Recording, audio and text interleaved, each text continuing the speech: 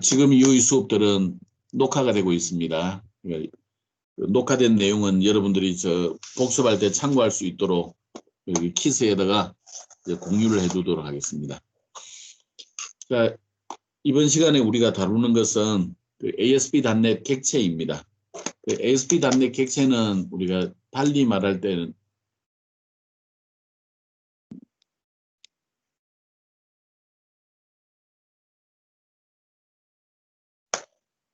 우리가 ASP.NET 객체는 보통 이제 다른 식으로 표현을 해줄 때는 내장 객체 그런 표현을 씁니다. 내장 객체라는 얘기는 안에 이미 들어있다 그런 뜻이죠. 우리가 만들지 않아도 이미 들어있는 객체 그런 것들 우리가 ASP.NET 객체 혹은 ASP.NET 내장 객체 그렇게 부르는 겁니다. 자, 그런데 객체라고 하는 것은 뭘 가지고 만들죠? 객체는 뭘로 만들어요? 객체를 만드는 도구? 특성과 메소드요. 그거는 객체가 가져야 되는 객체 그러면 떠올라야 되는 두 단어. 굉장히 중요한 두 단어. 시험에 나올 확률이 높죠. 근데 그거 말고 객체를 만드는 도구, 객체를 만드는 툴.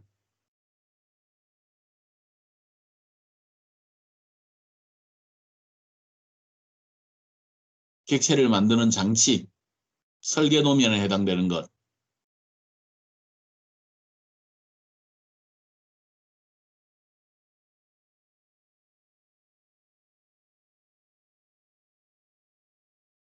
틀려도 그러니까 또 다른 사람 또 대답 좀 해보기. 클래스요? 그렇지, 그렇지. 클래스. 객체를 만드는 도구는 클래스예요. 클래스를 이용해서 우리가 객체를 만들게 되죠. 자, 그러면 내장 객체는 우리가 특별하게 선언을 하지 않아도 사용할 수 있는 게 내장 객체라고 그랬죠. 그러면 우리가 그 내장 객체를 만들기 위한 클래스도 당연히 누군가 만들어 놨겠네요. 그러니까 지금 내장 객체라고 하는 거, 클래스라고 하는 걸 우리가 만들었어요? 남이 만들었어요? 우리는 만들지 않고 그냥 사용을 한다고 그랬죠. 그래서 이 ASP.NET 객체라고 하는 곳에서는 우리가 내장 객체를 뭘로 정의를 해뒀나, 어떻게 사용하나 하는 사용법을 배우면 돼요. 우리 객체 그러면 떠올라야 되는 두 단어, 아까 전에 나왔던 얘기죠. 속성, 메서드예요. 그러면 우리가 내장 객체를 공부한다고 하는 것은 속성과 메서드에는 어떤 게 있느냐 이런 것들을 공부하는 거다 이렇게 생각하면 되겠네요.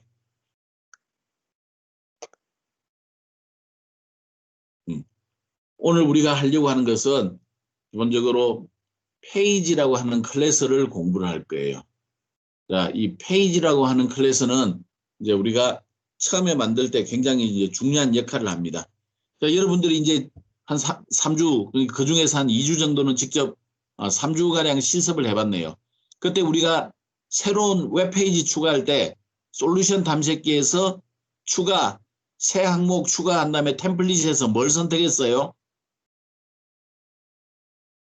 템플릿에서 선택한 것.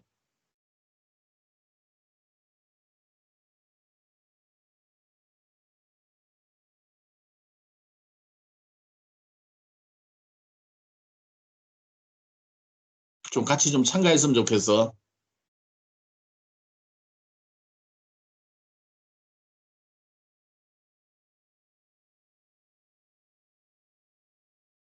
템플릿에서 무엇을 선택했죠?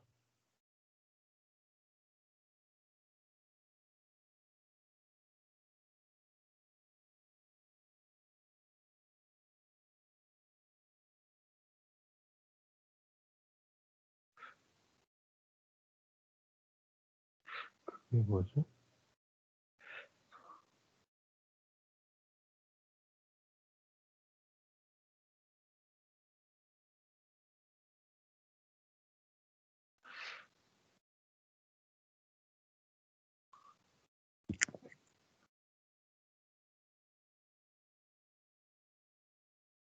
웹페이지요?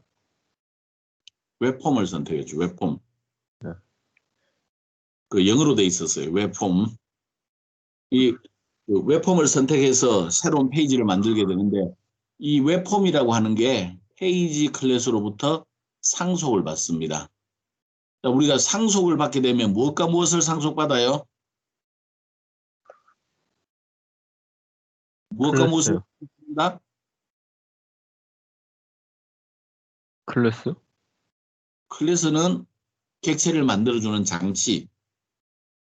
상위 클래스에서 하위 클래스로 뭔가를 클래스를 만들어줄 때 우리가 폼을 상속을 받아서 만들 거예요. 그 상속을 받게 되면 무엇과 무엇을 상속받아? 속성과 메소드요.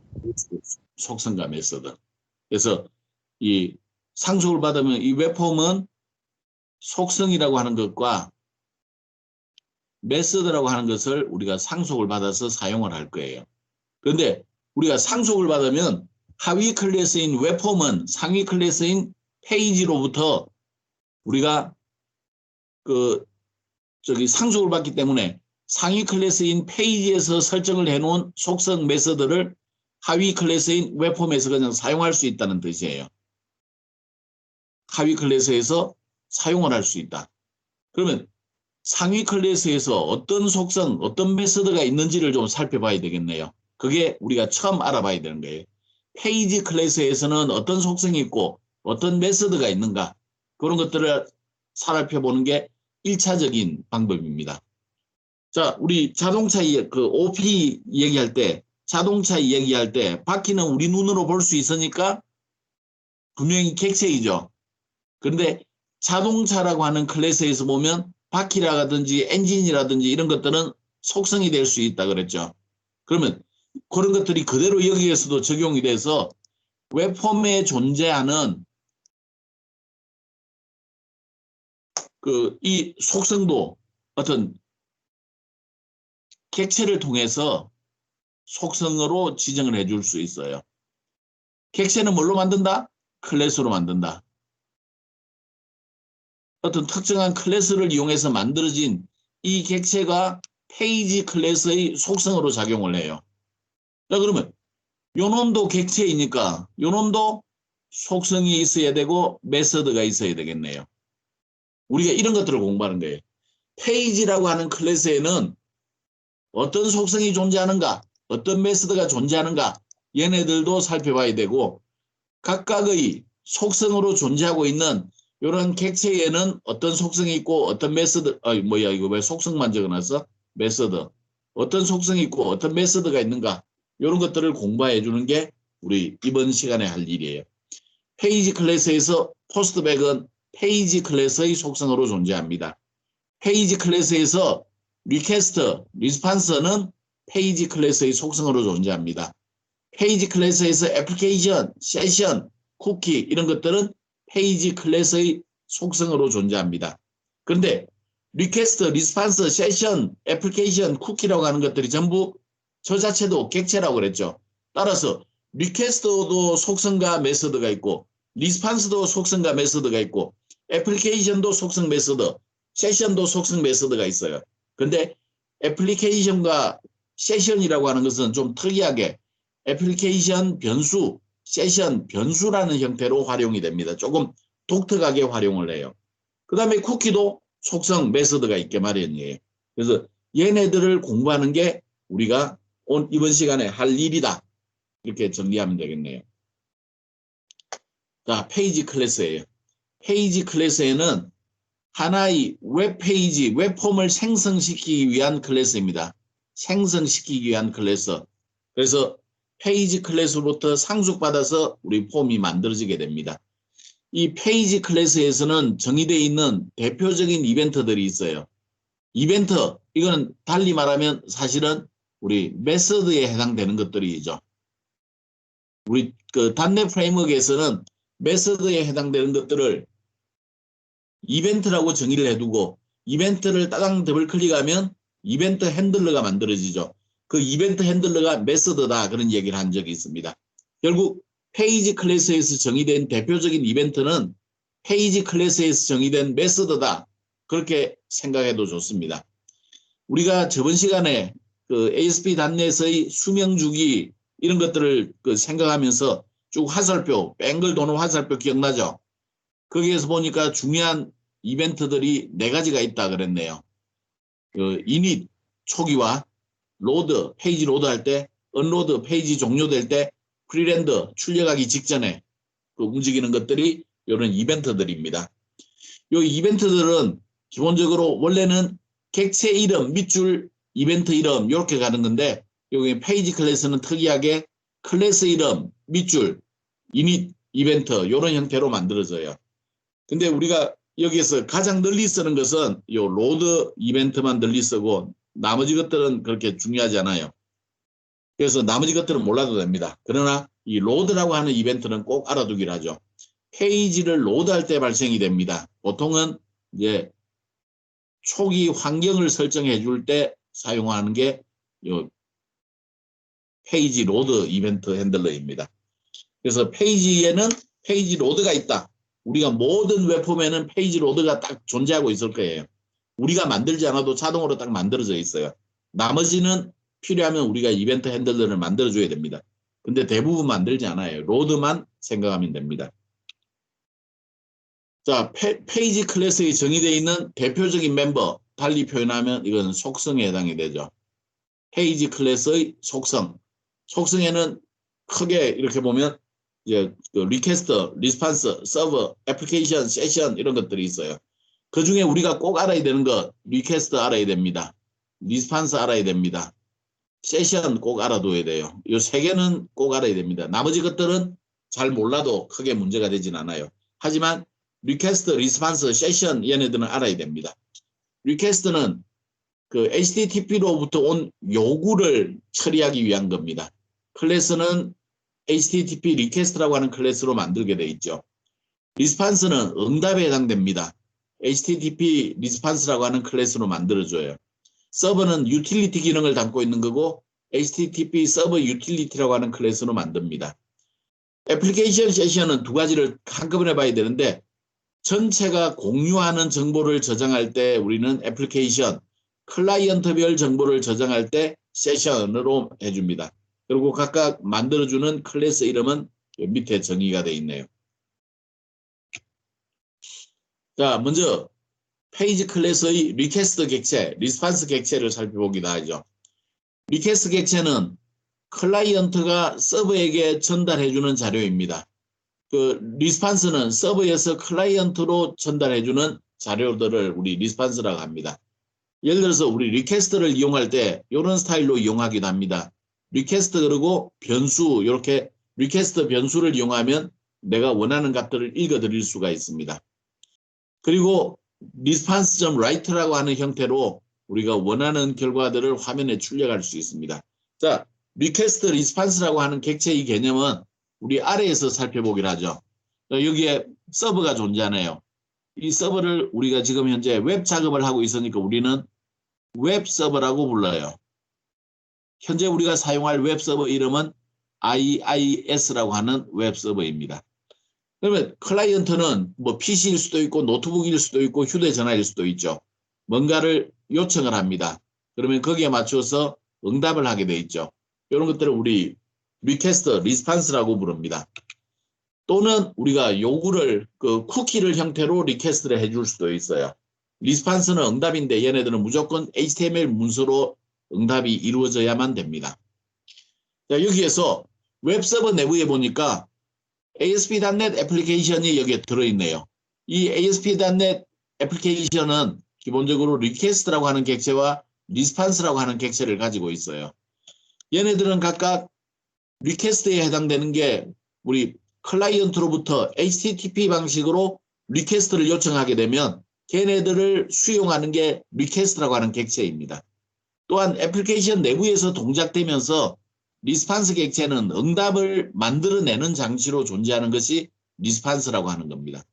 자, 다시 한번 이야기합니다. 리퀘스트 객체, 리스판스 객체는 어디에 들어있다? 서버 내에 동작되는 웹 애플리케이션 프로그램 내부에 존재하면서 사용자들의 요구를 처리해주기 위해서 리퀘스트 객체를 가지고 있고 사용자에게 응답을 처리해주기 위해서 리스판스라고 하는 객체를 가지고 있습니다. 웹 애플리케이션 내부에 존재하는 객체들입니다. 자, 다음은 이제 포스트백이라고 하는 개념을 좀 살펴보죠. 포스트백을 설명하라 그러면 아래에 있는 이 세 줄을 써주면 됩니다.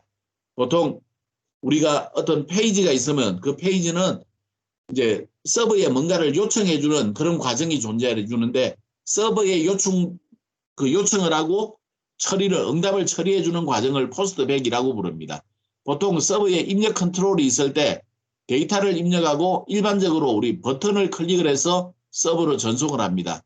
그 다음에 서버에서 이벤트를 처리하고 난 이후에 클라이언트의 웹폼을 돌려주게 됩니다. 자, 아래에 한번 보죠. 클라이언트 웹 브라우저가 있습니다. 웹 브라우저에 값을 입력하는 장치가 있고 그 다음에 확인이라고 하는 버튼이 있네요. 이 확인을 누르면 서버 내의 C# 코드들이 실행이 됩니다. 물론 서버 내에는 C# 코드로 존재하지 않고 중간 코드, 실행할 수 있는 중간 코드 형태로 되어 있습니다. 늘상 존재하는 게 페이지 로드라고 하는 이 이벤트 핸들들은 늘상 존재를 해요. 우리가 넣어주지 않아도 존재합니다. 그리고 요게 확인 버튼을 따당 더블 클릭하게 되면 객체 이름, 밑줄, 클릭 이벤트라고 하는 이런 이벤트 핸들러가 만들어져요. 그래서 각각의 이벤트는 페이지가 로딩될 때마다 실행이 되는 것과 버튼이 클릭될 때마다 실행되는 그런 두 가지의 이벤트 핸들러가 존재하게 되겠네요. 이때 우리가 확인 버튼을 누르게 되면 버튼이 클릭이라고 하는 저 부분이 실행이 되고 이쪽으로 와서 얘가 실행이 되고 아래쪽 닫는 괄호를 만나면 웹폼으로 되돌아옵니다. 이런 과정을 우리 포스트백이라고 부르는 겁니다. 이 과정이 포스트백이에요. 자, 그러면 페이지 로드는 뭐냐? 우리가 버튼을 누르건 상관없이 서버에 접속할 때마다 동작되는 것. 처음에 페이지를 띄울 때도 동작하고 그 1번 버튼을 눌렀을 때도 동작하고 뭐 회원가입 버튼을 눌렀을 때도 페이지 로드는 늘상 동작이 돼요. 늘상 동작이 되는 페이지가 로드될 때마다 실행되는 구문들이 페이지 로드 속에 들어 있습니다. 그러면 우리가 페이지가 로딩될 때 내가 처음으로 읽어온 건지 포스트백 된 건지 이런 것들을 구분을 해줘야 될 필요가 있어요. 그럴 경우에 is postback이라고 하는 걸 씁니다. 일반적으로 페이지 로드라고 하는 메서드 내부에서 if not is postback 이런 형태로 동작이 됩니다. 얘가 참일 때는 처음 읽었을 때, else 영역에서는 posting back 됐을 때 이럴 때 실행되는 코드들입니다. 자, 그런데 if문 안에 봤더니 여기에 부정이 붙어 있어요. not 부정이 붙어 있습니다. 사실은 여기 이 not이 존재하지 않는다면 두 개 위치만 바꾸면 되죠. 그때도 굳이 저렇게 not을 붙여놓은 이유가 뭘까? 일반적으로는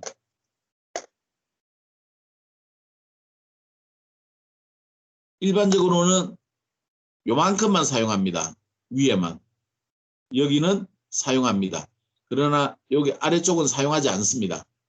그래서 보통은 else 구문은 없고 if 구문만 존재를 해요. 그래서 우리가 습관적으로 if문 속에 if not is postback 하고 처음 접속했을 때 실행되는 코드들이 나열이 되는 게 여기 is postback의 사용법입니다. 자, 여기에 실습이 들어있네요.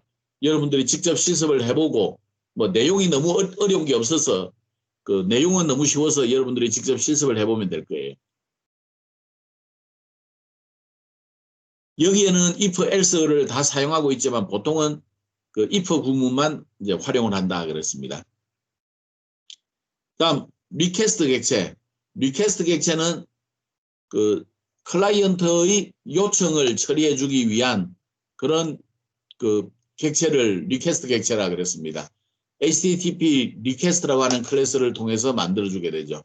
그래서 그 웹 브라우저를 통해서 웹 서버에다 접속하게 되면 먼저 웹 페이지를 요청을 하게 될 겁니다. 확장자는 ASPX라고 하는 형태로 붙어 있겠죠. 그러면 ASP 단대는 엔진이 웹 페이지를 실행하고 그 실행 결과를 클라이언트에게 보내주는 그런 형태로 들어 있습니다. 그런데 리퀘스트 객체라고 하는 것은 웹 페이지를 실행하는 데 필요한 정보, 예를 들면 브라우저 정보, 요구한 URL, 폼 데이터 전송 방식, 입력 데이터, 클라이언트 IP 이런 것들이 들어있어요. 브라우저 왜 필요할까요? 브라우저 정보가 왜 필요할까요? 여러분들이 그런 것들을 처음 접해 볼 텐데 한번 상상력을 발휘해 보죠. 우리 그 서버에서 브라우저 정보를 왜 알아야 될까?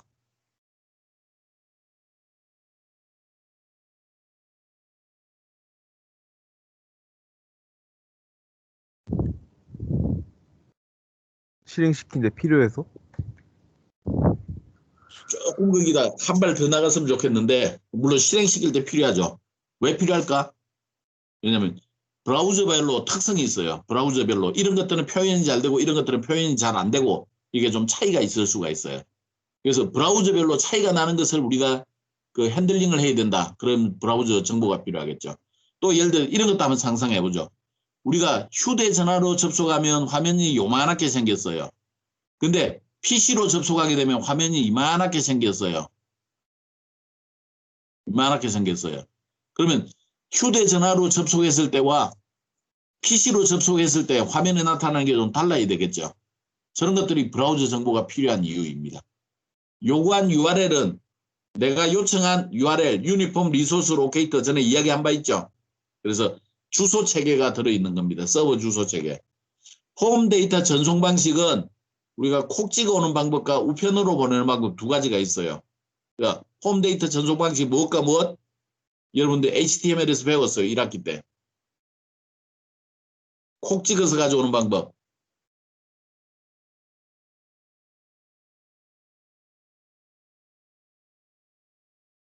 get 방법이에요. 우편으로 보내는 방법. post 방법이에요. 자, get 방법은 URL 속에 내가 원하는 정보를 붙여나가는 방법이 get 방법입니다. 그 get 방법은 정보가 유출될 위험성이 있어서 잘 안 쓰고 요즘은 포스트 방식을 많이 사용을 해요. 포스트는 클래스에다가 원하는 정보를 밀봉을 해가지고 클래스를 보내주는 방법이에요. 그래서 get 방식으로 보냈느냐 포스트 방식으로 보냈느냐에 따라서 입력 데이터를 읽는 게 달라지겠죠. 그래서 전송 방식도 알아야 돼요. 그 다음에 우리가 사용자들이 입력한 데이터도 알아야 됩니다. 클라이언트 IP를 알고 있어야 나중에 내가 새롭게 완성이 된 페이지를 보내줄 수가 있겠죠. 저런 정보들을 가지고 있는 게 리퀘스트라고 하는 객체입니다. 리퀘스트 객체에는 기본적으로 이제 몇 가지 그 속성과 몇 가지 메서드들이 있습니다. 제 또한 그 HTTP 리퀘스트라고 하는 클래스로 만들어진 객체죠. 그래서 속성 메서드들이 있을 겁니다. 속성에서는 애플리케이션 패스라고 하는 게 있는데 얘네들은 서버상의 가상 디렉터리입니다. 패스라고 하는 것은 서버상의 가상 디렉터리인데 그중에서 파일명도 포함을 하고 있는 걸 패스라고 그래요. URL을 먼저 보죠. 클라이언트가 요구한 전체 URL이 들어있습니다. 마지막으로 그 피지컬 애플리케이션 패스라고 하는 게 있네요. 얘네들은 물리적인 디렉토리 패스 그랬습니다. 자, 일반적으로 우리가 프로그램을 할 때 D 드라이브에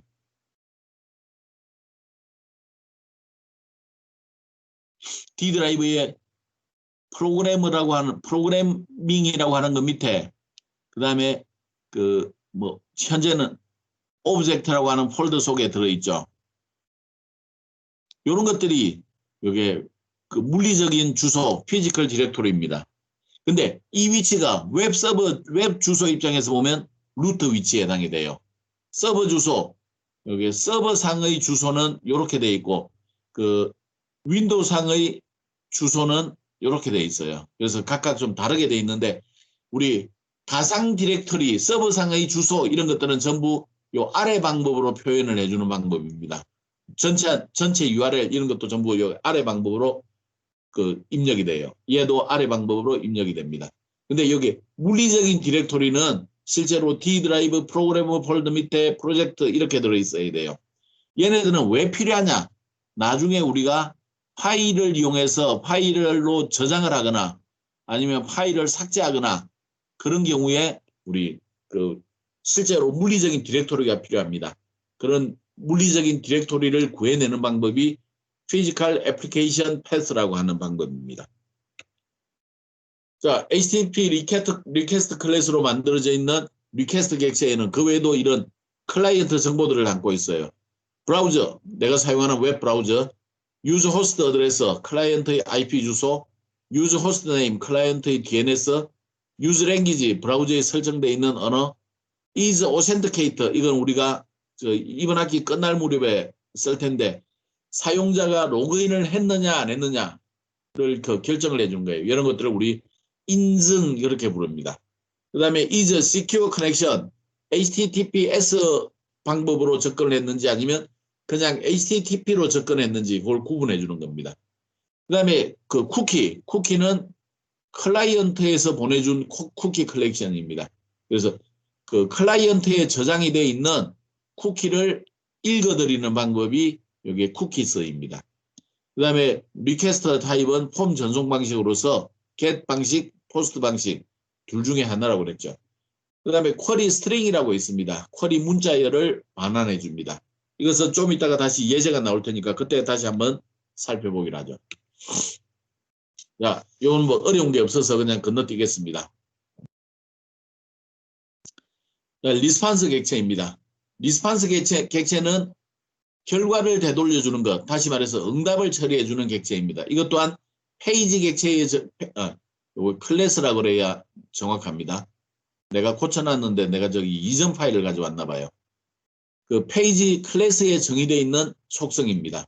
여기에는 버프라고 하는 것도 있고 컨텐트 타입도 있고 쿠키라고 하는 것도 있고 메서드로 라이트 파일, 리다이렉트 등이 있습니다. 이 중에서 그 버프는 페이지 버퍼링을 쓸 거냐 말 거냐라는 건데 기본 설정 값이 true로 돼 있죠. 그래서 이건 뭐 그냥 별로 중요하지 않습니다. 잠깐 버퍼 개념을 좀 한번 생각해 보죠. 우리는 속도가 무지무지하게 빠른 애가 있고 속도가 굉장히 늦은 애가 있어요. 속도가 빠른 애와 속도가 늦은 애 사이에 우리가 통신을 하게 되면 늘 이 속도차 때문에 문제가 발생할 소지가 있습니다. 근데 요 중간에 버퍼, 우리식으로 억지로 번역하자면 완충기에 해당이 되겠습니다. 그 충격을 완화시켜주는 장치, 요걸 버퍼라 그래요. 둘 사이에서 완충기를 넣어놨고 버퍼에 일단 차곡차곡 쌓아놨다가 일정 그 양이 차해지면 전송을 해주는 방법으로 취함으로써 속도차를 우리가 속도차로 인한 오류를 막아줄 수가 있습니다. 그런 것들을 버퍼라 그래요. 기본 설정값이 true니까 버퍼는 항상 사용하는 거죠. 그래서 버퍼 우리는 그냥 무시해도 됩니다. 다음 컨텐트 타입 이거 중요합니다. 페이지 내부에 어떤 자료가 담겨 있느냐를 나타내 줍니다. 만약에 컨텐트 타입으로 text/html이라고 지정을 했다면 전달되는 것은 글자가 전달돼. 근데 걔네들은 HTML이야. 이걸 지정해요. HTML이라고 하는 것은 태그를 부등호 가로 속에 들어있는 것들이죠. 이 태그들을 특별한 그 기호로 인식을 합니다. 그래서 웹 브라우저에서 응답이 곧바로 나타날 수 있게 해주는 게 그 text/html이죠. 컨텐트 타입을 이미지/gif라고 넣는다면 이것은 내용물이 그림이다라는 것을 지정을 해주게 됩니다. 쿠키스는 응답 쿠키 컬렉션을 가져와서 클라이언트에 저장해주는 그런 역할을 하는 게 쿠키스입니다. response.cookies 이렇게 표현을 해줘요. 그 다음에 write는 HTML 스트림에 문자열을 출력해주는 방법입니다. 예를 들어서 response.write 그리고 따옴표 속에 글자들을 출력해주죠. 필요하다면 우리 저와 같이 br 태그를 날려줄 수도 있습니다. 자, 다음은 write 파일. 여기는 response.write 파일 그리고 context.text 형식으로 해주는데 여기는 그 전달된 응답들이 파일로 출력될 수 있도록 해준다는 게 차이점입니다. 리다이렉트는 다른 페이지로 이동을 해주는 거죠. response.redirect 그리고 따옴표 속에 http //*ac.kr 그러면 우리 대학의 홈페이지 위치로 이동을 하게 될 겁니다. 그래서 여기에서는 우리가 꼭 알아둬야 되는 게 컨텐트 타입, 라이트 파일, 그 다음에 리다이렉트 이 세 가지는 꼭 알아둬야 됩니다. 자, 페이지 클래스의 리퀘스트에 버퍼링과 관련이 되어 있는 것. 버퍼는 좀 전에 이야기했죠. 버퍼를 쓸 거다 말 거다. 그 버퍼와 관련되어 있는 메서드가 3개가 있는데 클리어, 플러시, 엔드입니다. 이것은 request.clear, request.flush, request.end 이런 형태로 사용이 됩니다. 얘네들은 클리어는 모두를 그냥 지워버리는 게 클리어예요. 그 다음에 플러시는 모든 내용을 클라이언트로 보내죠. 그리고 엔드는 클라이언트로 보내고 페이지 실행을 종료해 주는 겁니다. 자, 플러시는 우리가 화장실 같은 데 가면 특히 남자 오줌 누는 소변기 같은 데 보면 오토 플러싱 이런 것들이 있을 거예요. 그 많은 거냐면 우리가 볼일을 보고 딱 일어서면 밖으로 나오면 물이 자동적으로 쭉 내려와 가지고 오물을 씻어내는 거죠. 화장실에서도 우리가 볼일을 보고 이제 버튼을 누르게 되면 싹 쓸어내는 과정을 플러시라고 그래요. 그러면 우리 웹 프로그램에서 플러시는 뭘 하는 거냐? 버퍼에 차곡차곡 내용을 쌓는다고 그랬죠. 그 다음에 플러시 기능을 하면 전체를 퀵 클라이언트로 보내주는 역할을 합니다. 그래서 클라이언트의 이제 클라이언트 화면에 뭔가 이제 나타나겠죠. 그러면. 자, 오브젝트에서 버퍼링 여러분들이 실습을 해봤을 겁니다. 자세한 것은 동영상 강의를 참고하기 바랍니다. 자, 서버 객체. 서버 객체는 유틸리티 기능을 모아놓는데 그렇게 많이 사용하지 않는다 그랬네요. 그래서 요거는 아주 초점을 많이 두지 말기 바랍니다. 페이지 클래스의 속성 중에 하나입니다. 머신 네임, 웹 서버 이름이에요. 그 다음에 스크립트 타임아웃. 우리가 웹페이지 응답을 기다리는데 얼마만큼 기다려줄까? 기본적으로 기본 설정 값은 90초입니다. 맵패스, 가상 디렉토리의 경로를 가져오는 것. 그 다음에 URL 인코드, HTML 인코드라고 하는 게 있는데 얘네들은 문자열을 URL 방식으로 인코드, 부호화 해주는 거예요. 요거를 부호화 그렇게 이야기를 합니다.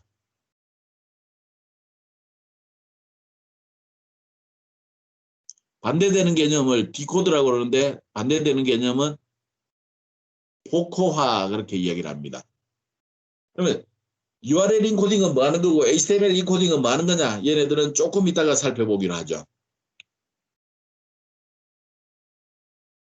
자, URL 인코드, URL 디코드, HTML 인코드, HTML 디코드가 있네요.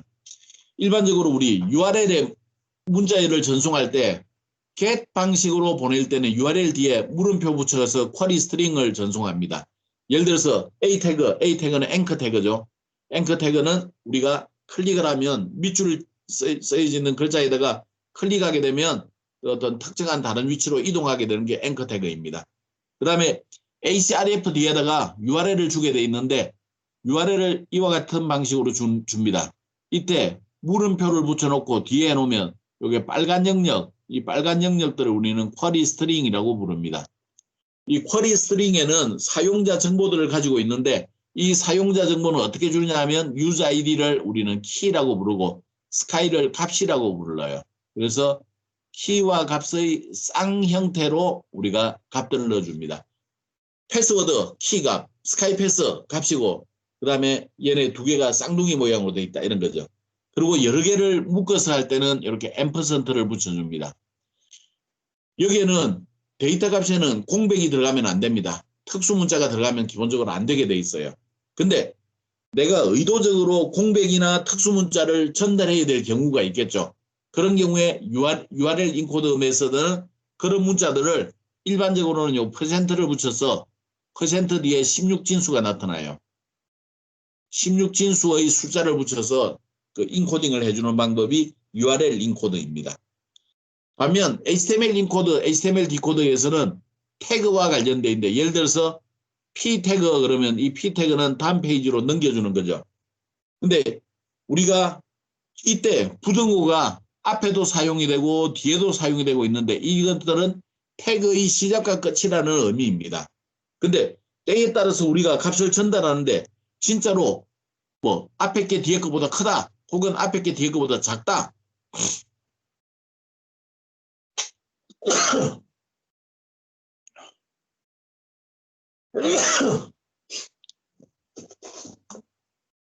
실제로 값이 크다 작다를 전달해야 될 때도 있어요. 그런 경우에 부동호를 넣어놓으면 저 부동호를 태그로 잘못 이해할 수가 있어요. 근데 나는 진짜로 작다, 진짜로 크다 이런 값을 전달해 줄 때 %LT, %GT 이런 형태로 보내줍니다. 그러면 이것은 태그가 아니라 정말로 우리가 보내려고 하는 값이다라는 것을 알아내는 거죠. 이런 방식을 헷갈리지 않게 해주는 것을 HTML 인코드, HTML 디코드라고 부릅니다. 이런 정도만 얘기하죠. 다음 애플리케이션 객체, 세션 객체. 애플리케이션 객체거나 세션 객체이거나 우리가 홈페이지를 실행하는 데 필요한 상태 정보들이에요. 이 상태 정보를 저장해주는 장치가 애플리케이션 객체, 세션 객체예요. 얘를 저장할 때 애플리케이션에 저장할 수도 있고 1번 방식, 세션 객체에 저장할 수도 있어요. 2번 방식. 두 가지 방식이 있는 거예요. 그러면 그 두 가지 방식은 어떤 차이가 있느냐? 애플리케이션 객체는 HTTP 애플리케이션 스테이트라고 하는 클래스로 만듭니다. 얘네들은 모든 사용자에게 공통으로 적용되는 값들을 저장할 때 사용이 됩니다. 그래서 얘네들은 모든 클라이언트에서 공유하고 있는 정보들이죠. 반면 세션은 HTTP 세션 스테이트라고 하는 클래스로 만들어주게 되는데 얘네들은 하나의 클라이언트가 웹페이지 간 데이터를 공유할 때 씁니다. 나는 웹브라우저는 하나예요. 하나의 웹브라우저 안에서 처음에는 A라고 하는 페이지를 화면에 띄웠다가 갑자기 B라고 하는 페이지로 나는 이동하고 싶어요. 우리가 그 인터넷 할 때 늘상 하는 일이죠. A에서 B로 이동하고 싶어요. 그때 나는 이 클라이언트의 고유한 값을 A 페이지에서건 B 페이지에서건 걔네들을 유지를 해야 돼요. 그런 것들 예를 든다면 사용자 아이디, 로그인 여부 처리해 줄 때 씁니다. 그 다음에 뭐 메일 주소 이런 것들을 세션 변수로 등록을 해 놓는다면 우리는 내가 사용하는 웹브라우저 내에서는 페이지와 관계없이 공유할 수가 있어요. 그렇지만 다른 웹브라우저에서는 이 정보들에 접속할 수가 없습니다. 그래서 얘네들을 좀 보자면 애플리케이션이 시작되는 위치는 우리 IIS 웹서버가 시작이 될 때 애플리케이션이 스타트가 됩니다. IIS가 종료가 될 때 애플리케이션도 종료가 되게 돼 있죠. 그래서 애플리케이션은 전체 영역에서 존재하는 것들입니다. 그래서 요 노란 영역 안에 존재하는 것들을 애플리케이션 변수 그래요. 예를 들어서 여기에 애플리케이션 변수가 있다. 그러면 지금 클라이언트 1은 접속한 상태이기 때문에 클라이언트 1은 이 값들을 확인할 수 있어요. 요 영역에 존재하는 애플리케이션 변수가 있다. 클라이언트 1번도 예 확인할 수 있고 클라이언트 2번도 이렇게 확인할 수가 있어요. 이런 것들이 애플리케이션 변수입니다. 반면 세션이라고 하는 것은 클라이언트가 접속하면 세션이 열려요. 세션이 열립니다. 그리고 클라이언트가 종료되면 세션이 닫히게 됩니다. 그리고 요 안에 있는 뭔가를 내가 정의를 해뒀다면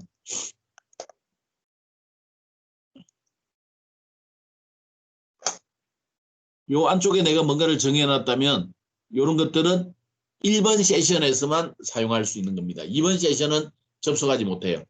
자, 반면 클라이언트 2번이 접속했어요. 여기 해놓은 것들은 1번 세션에서는 접속할 수가 없어요. 오로지 2번 세션에서만 접속할 수 있습니다. 이런 정보들이 이제 세션 변수라고 그럽니다. 애플리케이션을 활용할 때는 보통 이제 이렇게 써요.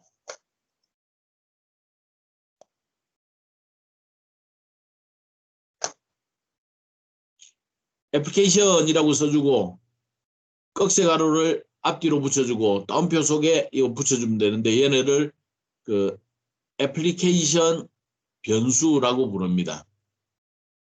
그러면 우리가 저기 안에 들어가는 글자들이 여러 개가 있을 수 있겠네요. 지금은 카운트 애플리케이션 변수, 얘는 그 네임, 요 안쪽에 네임을 쓴다면 네임 애플리케이션 변수 이렇게 쓰이게 될 겁니다.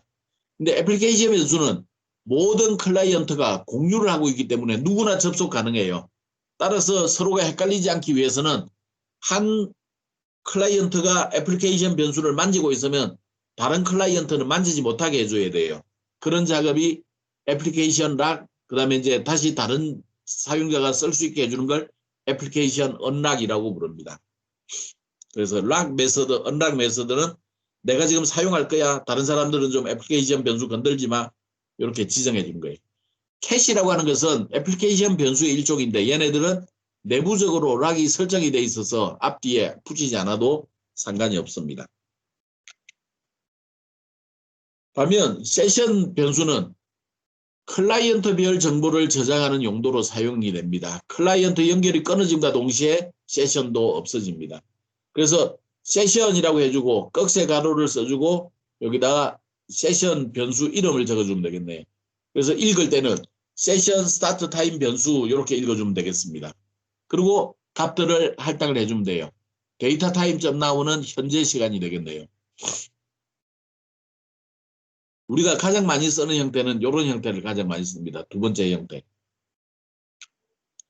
자, 세션에 해당되는 실습이 들어있네요. 다음은 이제 쿠키라고 하는 겁니다. 쿠키는 클라이언트에 저장되는 정보입니다.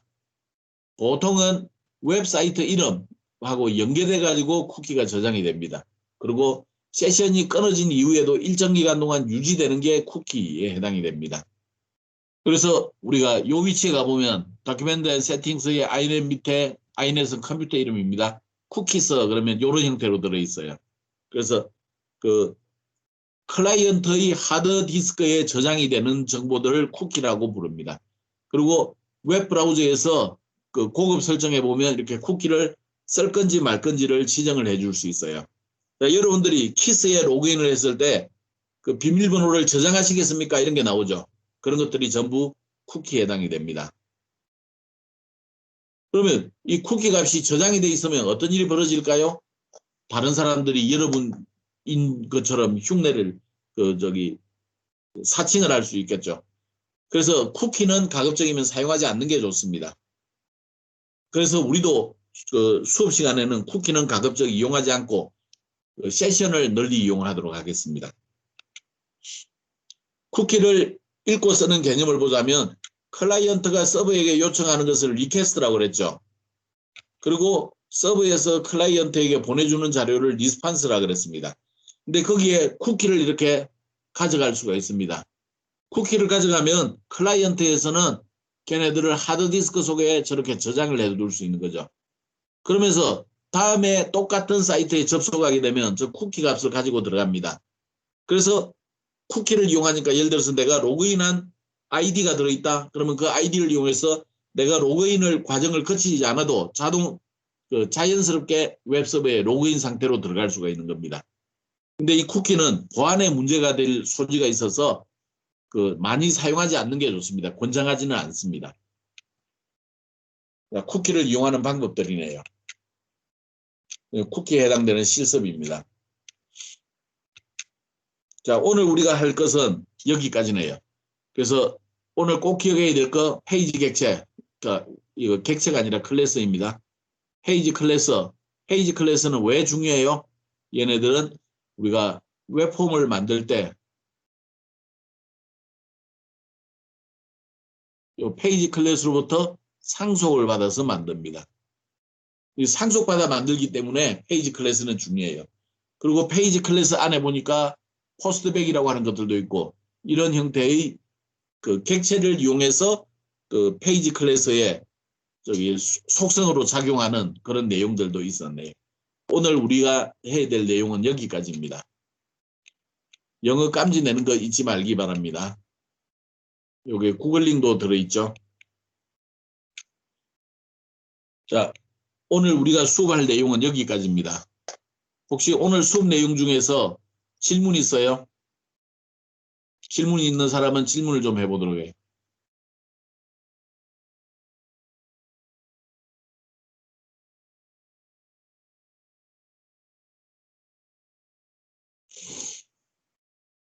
성진이가 지금 속성과 메서드를 이거 답한 거구나. 아까 이때가 뭔지 내가 잘 모르겠다. 자, 혹시 질문? 질문 없어요? 없는 것 같아요. 동민이가 답을 잘해주네. 고마워. 네.